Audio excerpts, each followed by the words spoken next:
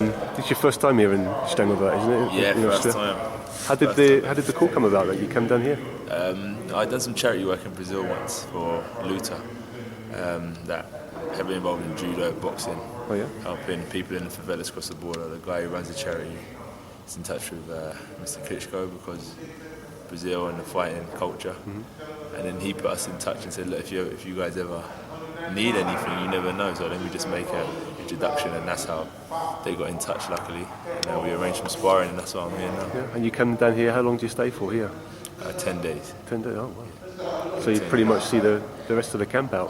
Correct, exactly that. Yeah. So then I'll get home, have about 2 weeks to put a little bit of sparring in, boys back home, some sharpness stuff, and then crack onto the fight number 8. Must be exciting to come down to spar against the world champion. Vladimir Klitschko, 10 years the world champion. It's history, really. In the future, I could say, been in the same camp with the champ. Yeah. And for me, there's levels. I know where I'm at, and I definitely know where he's at. So I'm going to gain valuable experience from this, from them inviting me out here. When you're in bed tonight and you know you're going to be doing that tomorrow, what kind of things do you think about? Like, do you think, I don't want to get hit by this, I'm just going to stay defensive, or anything like that? Switch on, stay switched on. Sparring a level above what I'm used to, so stay switched on, really. And I ain't got nothing to prove to anyone. It'd be a good gauge for you though, wouldn't it? No? Because it's sparring, you can't really take too much away from sparring. But I think, as I said, I walk away from here with a lot of experience.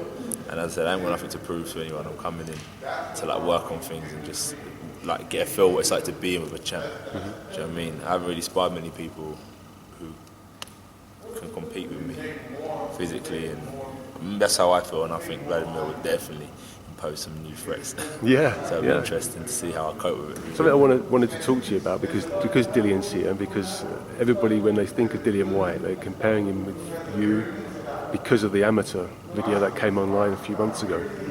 What did you make of that when it came up? You obviously, you were there. I fought it, yeah. I don't make nothing of it whatsoever. I think I live in the present, not the past.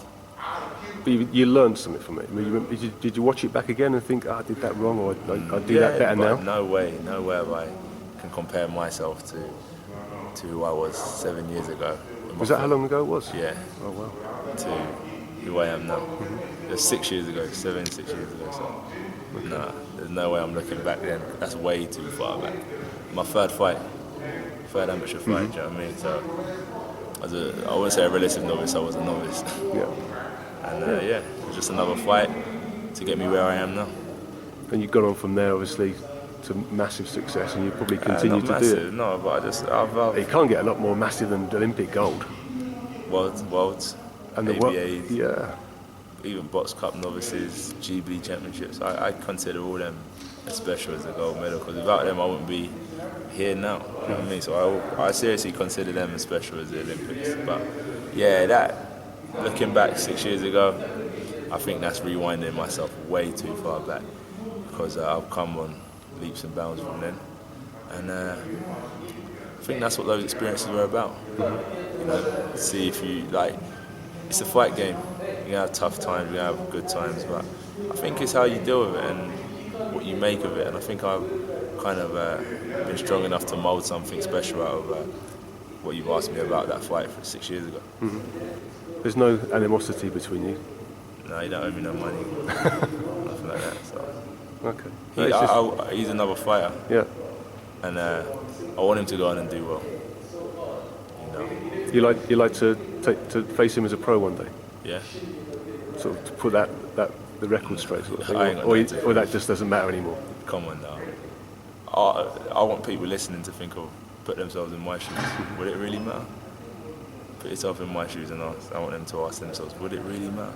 I want in the future, because I know to build a team and such a strong camp, it's going to take time, but I look around, I see the pictures of him being stretched, and what he does on the medicine ball and stuff like that, and I just think I'd love to have these You'll pick up loads of tips. I'd love to have these things in my camp. I think the little polishing touches, 1% on each room, 1% on the stretching, the bags, trainer, sparring, facilities, fresh air. That's 7% you've added to your game, and that's massive. a massive margin in boxing. Yeah. So that's why I think he's a champ. That's honestly why I think he's a champ. It's taken time. Obviously, he's learned through hardships, but the guys he's beat, you know, ask where are they and where is he?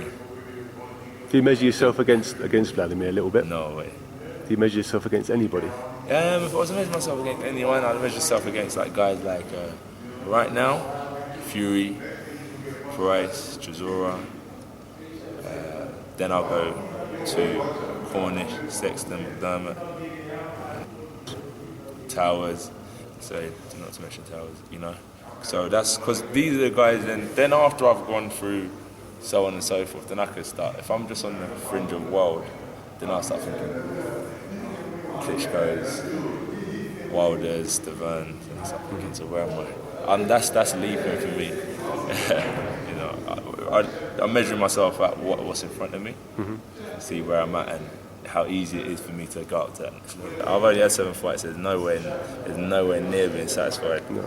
And look at the champ now. He's been the champ since 2005, and it just shows that you can never take your foot off the pedal. I'm only 7 fights in, but what it is that I feel that I've just kind of like seen.